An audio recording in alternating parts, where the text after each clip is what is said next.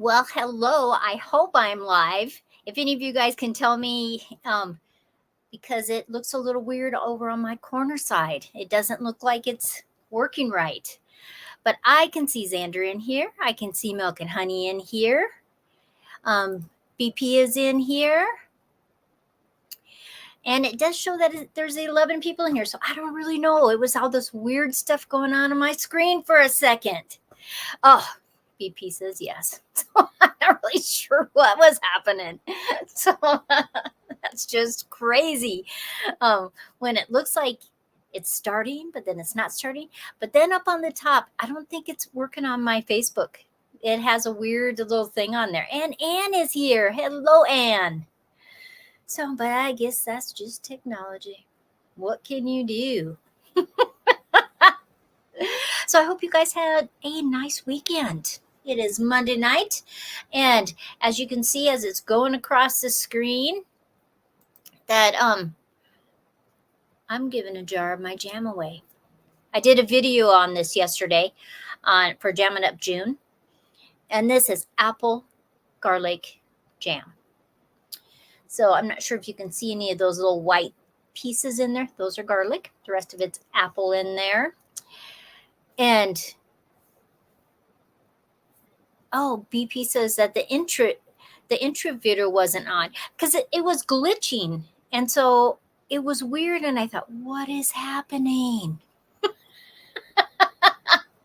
But I guess it'll just be like that when it,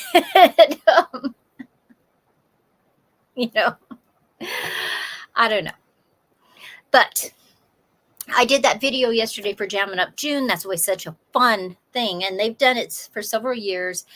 And so last night, yesterday afternoon, I smoked a chicken. Then I roasted it in the oven. And so I told Joe, put some of that on your chicken. You will just love it. Because I've made lots of types of garlic jam before.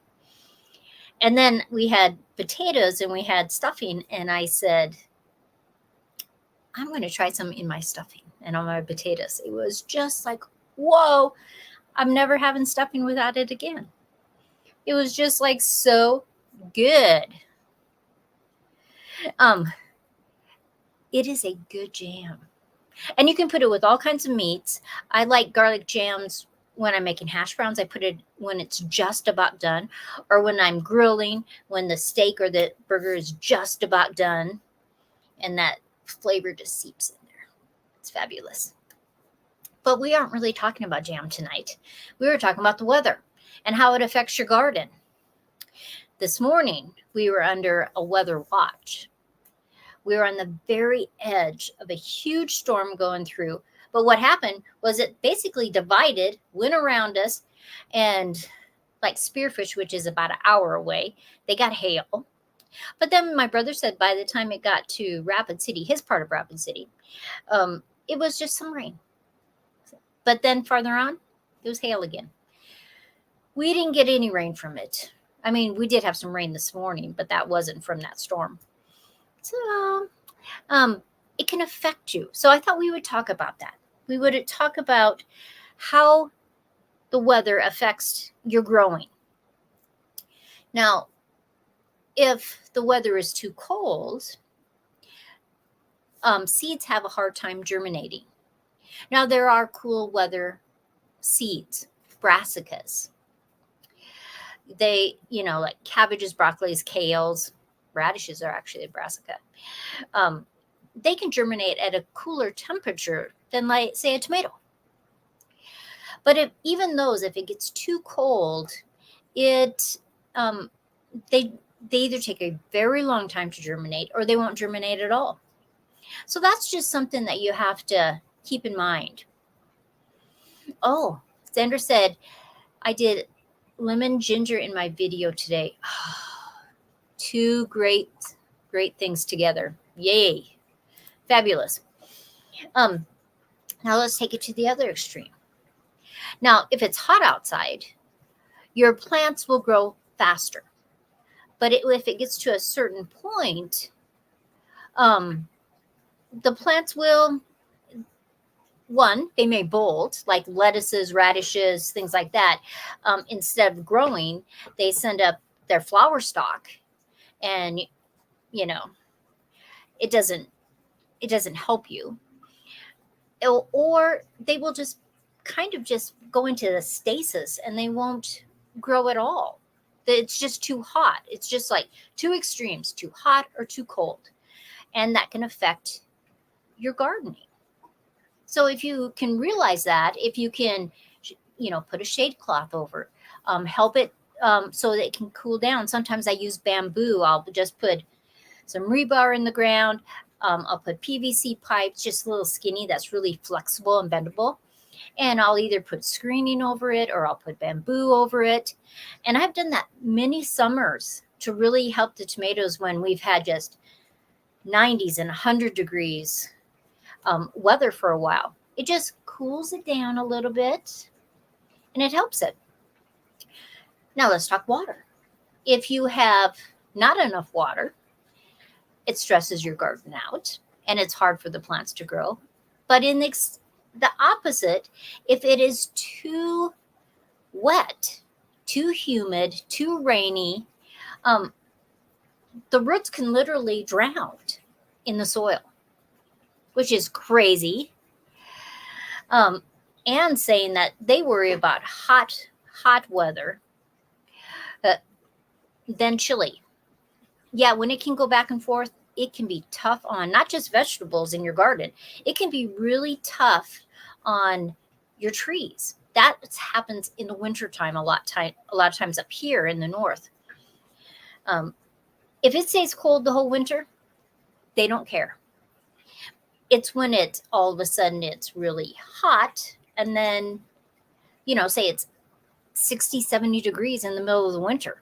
And at night it cools down to 10 degrees. That can be really tough on the buds of a tree. Anne says that she's trying to find a happy medium for water is the trick for sure.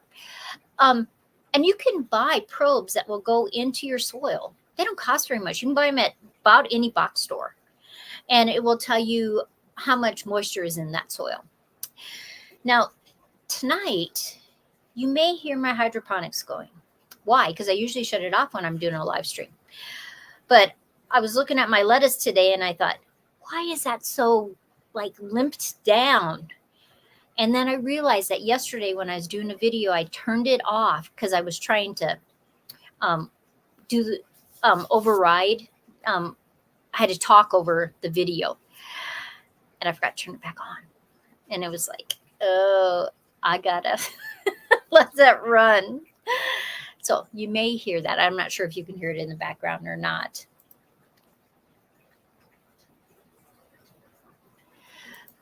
Sandra says, we don't make it in small jars, big ones only. We must be talking about jams. But when I made my 10 jars up of the apple of garlic, I had extra and I probably could have just put it in 2 more jars, but I just put it in a big jar and put it in the fridge.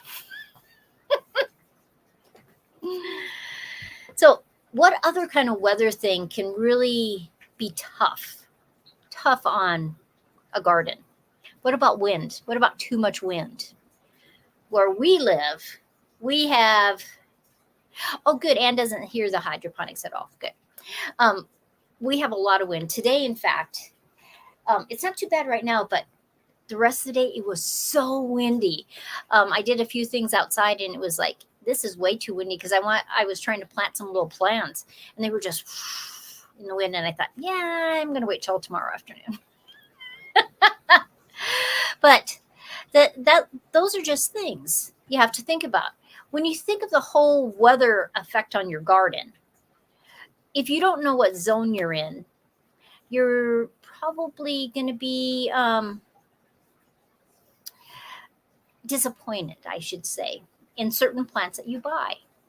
Because say you're trying to grow a zone 9 plant in a zone 4, it's tough. In the summertime, it may grow fine. But once it starts to get cold, it will be disastrous. that plant probably wouldn't survive unless you brought it inside. BP wants to know, has anyone made jam with monk fruit? I have a daughter that does that. She likes monk fruit. I can't honestly say I care for monk fruit. I have bought it a couple times. I've tried to use it in things. It's just one of those things. It's just a personal preference. You know, lots of people use it all the time. And I'm not sure if you use exactly the same ratio to sugar for jams, but I'm sure you could Google that and it would tell you, you know, if it's more or less that you're using. Sometimes substitutes are basically the same across. If you buy stevia in the store, not stevia plant itself, and you're making jam, it's basically the same.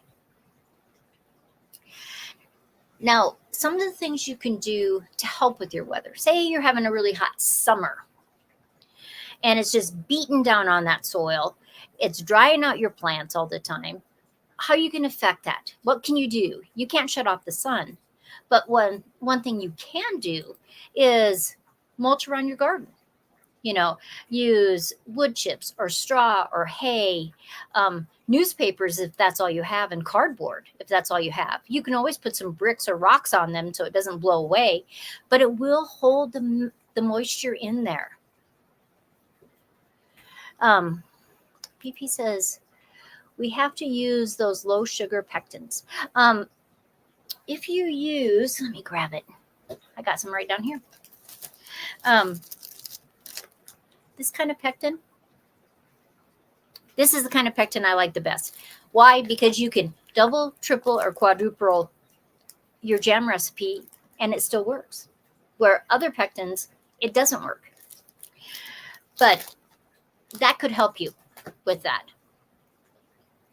Milk Honey says that they have to use low pectin sugar too. And in here you get a recipe thing and it has some recipes for low sugar ones. And I have a book of theirs that has a lot of low sugar ones too. Hello there. How are all the girls? The Vineyard Chicks have a video or have a live stream at 7:00. So it's a little while after mine. And so if you have the chance, make sure that you go over there and see them. And Grape Jams is parents of the Vineyard Chicks. And Ann from Little Frenchie in Big Texas. Hello. Yeah, it's a great pectin. And a lot of times, especially when I did lots of farmers markets, you're making great big huge batches of jams and jellies. And so this is the thing. And as you can see, it's going across the bottom. I'm giving away a jar of my apple garlic jam tonight. So you just have to be in here when I give that away. Okay, so what other things affect your garden weather-wise? What about lightning? Lightning is a crazy thing because with a cloud, you have negative ions and positive ions this way, positive and negatives. And when they collide in that cloud, they make lightning. Then the lightning, there's nitrogen in the air. I mean, tons of nitrogen in the air. And so when the lightning strike goes, it splits those atoms and makes the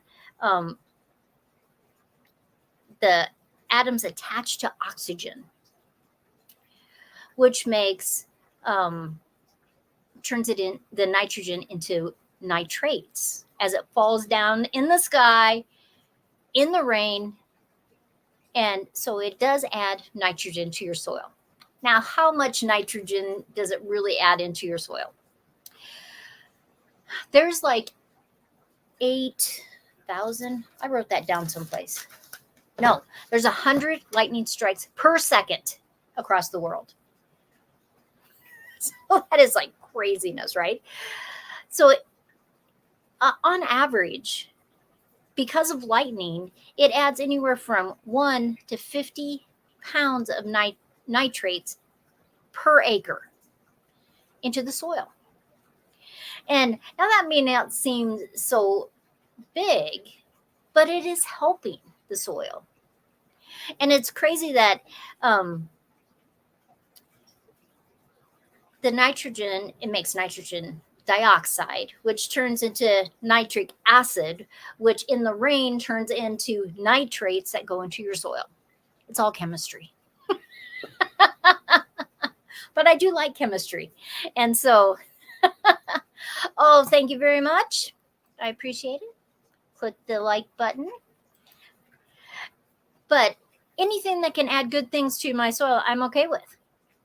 Now, the harder it rains, the more those nitrates go deeper into the soil, and sometimes too deep that there's not roots right there.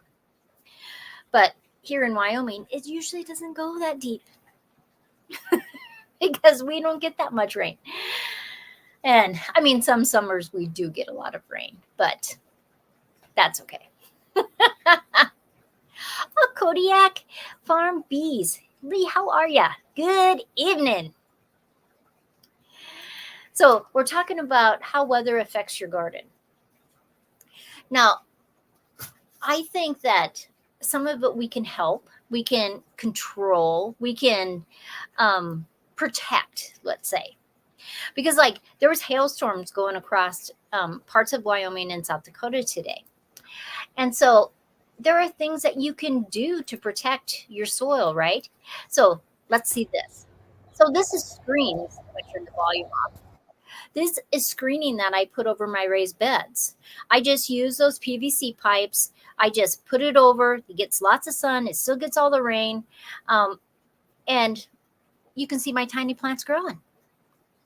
But by the end of the summer, it has protected them if we have any hail, so I don't have to worry about that. Now, you can protect them other ways. So let me show you this one. And these are great big giant PVC pipes. And it's just helping protect my celery from the wind. Because with the winds where we live, it can be very crazy and very stressful on my garden plants. So if I can do things that will protect them, I do. If it's screening over top, a lot of times I'll use extra bamboo that I have. It just anything that will protect it. Sometimes you're just putting fencing up just to block some of that wind and everything. And Dorothy is here too. Hello. How are you, young lady? And so we can't really control the temperatures, but we can protect our plants. Like if you're planting early and you're going to get colds or frosts or snows, you can always cover them with plastic, with row covers, with blankets, different things you can do to protect those plants. When it gets too hot, you're mulching around there. You can, even if you have to use a cardboard box, and you just set it over top of the plant, have it open, so that it just helps with just the horrible heat of the day. Anything that would help it. It's a great thing to do. Oh, Diana's in here. Hello, how are ya? Sorry if I missed anybody else. Just make a comment again, and I will say hi.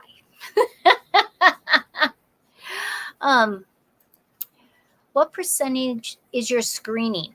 The screen that you just saw was actually screening that it's not made for the yard. It is this great big roll. It's 8 feet tall, long, and 100 feet long. So it's 8 feet wide, 100 feet long, and it's screening for windows. I bought it on Amazon, and it just makes it so that it protects it.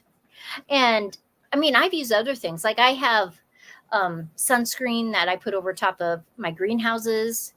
And usually that one is 70 to 80%, just because the greenhouse could get so hot. Now this year, I took the plastic off. It was about 5 years old and it was ripping. And so we put bamboo over top of our hoop house. That protects it from any kind of hail at all. If it's too hard of rain, it protects it, and the rain still comes through, but not at the rate with the power that it has when you have a huge storm. We have shade cloths on our peppers right now because they do not like the very hot sun. See, that's true. So anything you can do to protect it, even if, say, you don't have any PVC pipe, but you have extra tomato cages, you can simply put them over top of like your peppers or your lettuce or the plants that you're worried about, and then just drape some screen or some shade cloth or garden cloth over top of it. So even if it's just in the afternoon, in that heat of the day where it's just so intense, you just want to do something that will help, I guess, alleviate the stress on your plants. I made the mistake of putting sunscreen directly on my cactus. It burned the tips. That could happen. Yeah. You just have to be careful with what you're using. But honestly, years ago when I didn't have any money to buy screening or shade cloths or anything, when it was really hot outside and I could see that my tomatoes were stressed, I just took a sheet and I just put it over top of my tomato cages. I just wanted them, it kind of holds the moisture in there and it just alleviates some of that stress. And that's really what you want. You can't stop the weather from coming, but you can help your plants in different ways. Yeah, see, I like the PVC pipe too, just because it's easy. You can put sticks in the ground. You can put rebar in the ground. The skinny PVC pipe just will bend over, and then you can just lay the material over top of it. It gives it that good airspace, and it just protects it. Oh, Diana says, I'm back. My computer shut down. Well, when I first started this live stream, my computer was doing all this weird stuff up in the corner, and it was like it was ending the it was starting and ending it, and it was glitching, and I still don't think Facebook is working. So because it still has a red dot with an exclamation mark on it. So yeah, it's crazy. Ann says that we had our share of crazy weather this year in Texas. I saw one place in Texas, 3 days in a row, they had baseball and softball size hail.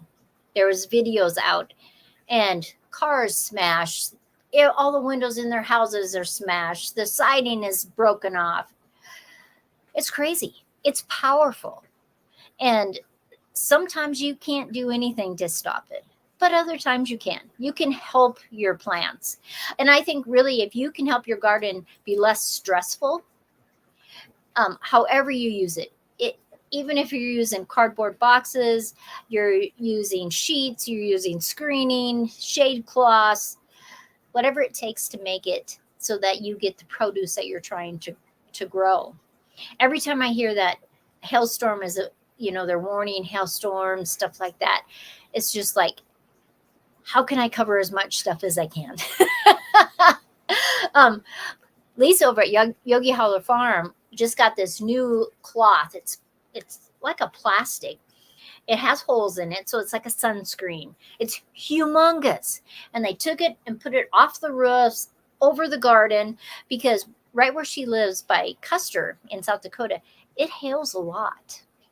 Maybe not baseball size, but it still hails a lot. And it can just really ruin your garden. And so you've gone through the expense, the time, the energy to produce a garden. So what can you do so that the weather cannot affect your garden? Ann says, it was so much rain and wind. I saw some of those videos. It was craziness. And she also says, sorry, my mouse. Or it rains so much that some vegetables get rotten. They can literally drown in the soil. So you have to be careful because the soil, especially clay soil, will hold so much moisture, and it can just really make them die, which is totally sad. But sometimes what I've done is if it's those really soggy years, um, I will literally dig trenches by my vegetables where they're growing, so the excess water will drain into those and wick away from my plants. Um, there's an interesting article about how wind farms are changing the flow of wind, causing more severe weather. I could see that perhaps that could happen. I would guess more because I read different articles about how solar farms are heating up and changing the weather around those places that have these great big huge solar farms. So, there's things that we do as people that affects our weather. I mean, the more trees you have in an area, it changes the weather. And so it is a learning process. Anne says, I am always learning here. Well, I think you have to look at your situation where you live. Are you very wet? Are you very humid? Are you dry and windy like I am? What can you do before you even start to help your vegetable gardens? Now, every summer is different. Like on the hot summers, I'm covering, I'm protecting. If it's too wet, like last year we had so much rain, you literally dig in trenches around your plants so it can wick that water away because it is too much water. If you can do these trenches and take them out to the edges of your garden so that they can go into your grass and stuff, let that water drain off, because soil can only absorb so much water before it's completely waterlogged, and then you got dying plants. So it's crazy, but we just have to think as gardeners. Okay, this is the weather that I'm living with this summer. What can I do to help? So it is almost 28 minutes, so I better give this away. That's right. Apple garlic jam. It is so good.